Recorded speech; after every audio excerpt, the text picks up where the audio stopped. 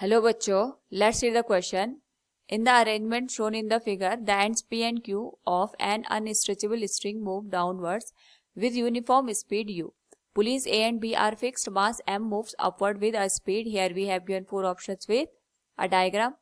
Now to answer this question first, we will discuss here the key concept, and here the key concept is constant motion. तो constant motion का मतलब होता है हमारे पास यहाँ पे अगर किसी पुली से कनेक्टेड स्ट्रिंग दे रखी है तो जितनी हमारे पास स्ट्रिंग की लेंथ में इंक्रीज होता है उतना ही लेंथ में यहाँ पे जो दूसरा एंड होता है उसमें डिक्रीमेंट हमें देखने को मिलता है. तो अकॉर्डिंग टू द क्वेश्चन यहाँ पे 2 पुली दे रखी है ए और बी. अगर हम इसको रिड्रॉ करें यहाँ पे, ये हमारे पास आगे पुली ए, इसका यहाँ पे कनेक्शन दे रखा है with mass M with string, जिसको हम यहाँ पे इसकी लेंथ मान लेते हैं एल के बराबर. सेम जो हमारे पास यहाँ पे दूसरी पुली दे रखी है, इसकी जो लेंथ है ये भी मास एम के साथ एल के थ्रू दे रखा है. ये मिड पॉइंट हम यहाँ पे मान लेते हैं एन के बराबर, और यहाँ पे ए एन और बी एन के बीच की जो लेंथ होगी ये सेम होगी. एन से लेके जो जहाँ पे हमने मास को हैंग कर रखा है उसको हम ओ पॉइंट मान के इस लेंथ को हम मान लेते हैं वाई के बराबर, और ये एंगल आ जाएगा हमारे पास थीटा के बराबर. Now according to the question यहाँ पे हम P और Q को डाउनवर्ड डायरेक्शन में मूव करवा रहे हैं. तो P और Q को अगर हम डाउनवर्ड डायरेक्शन में मूव करवाएंगे तो जो यहाँ पे स्ट्रिंग दे रखी है दिस वन, वो हमारे पास यहाँ पे अपवर्ड डायरेक्शन में मूव करेगी, यानी जो मास होगा ये अपवर्ड डायरेक्शन में मूव करेगा. तो जिस वेलोसिटी के साथ P और Q डाउनवर्ड डायरेक्शन में मूव करेंगे उसी वेलोसिटी के साथ हमारे पास जो मास M है उससे जो हमने यहाँ पे लेंथ कनेक्ट कर रखी है L, उनमें यहाँ पे हमें डिक्रीमेंट देखने को मिलेगा, या हम कह सकते हैं इनकी जो स्पीड होगी ये यहाँ पे सेम होगी.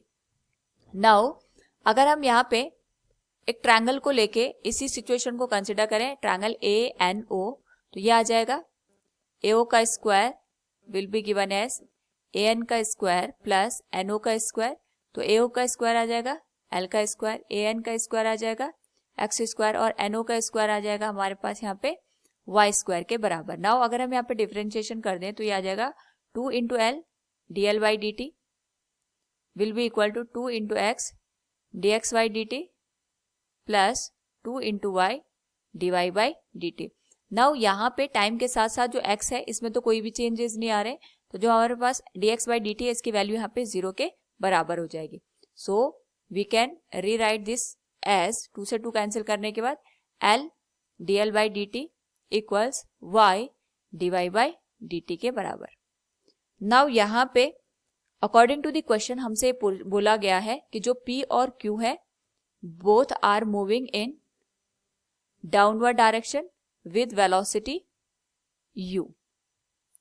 तो ये हमारे पास यहाँ पे u वेलोसिटी के साथ डाउनवर्ड डायरेक्शन में मूव करेगा. तो हम इसको लिख सकते हैं it will be L into u will be given as y into d Y by D T.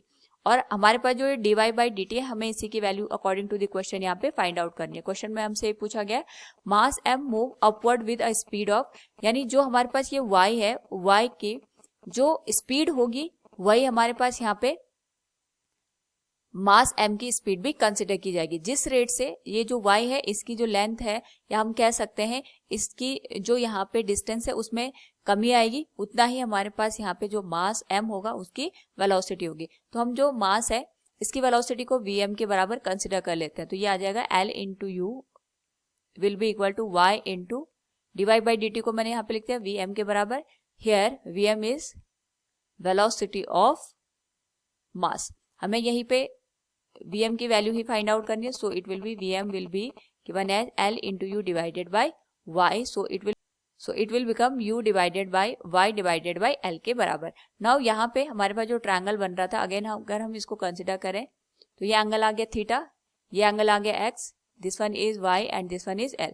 तो यहाँ से अगर हम cos थीटा की बात करें तो cos थीटा होता है हमारे पास base that is y divided by hypotenuse. तो y बाई L हमारे पास यहाँ पे cos थीटा के बराबर आ गया. So we can write vm will be given as u divided by cos theta. This will be the final answer और the velocity of mass in the given situation. So mass m move upward with speed u divided by cos theta. Option B will be the correct one. Hope all you understood it. Thank you and best of luck.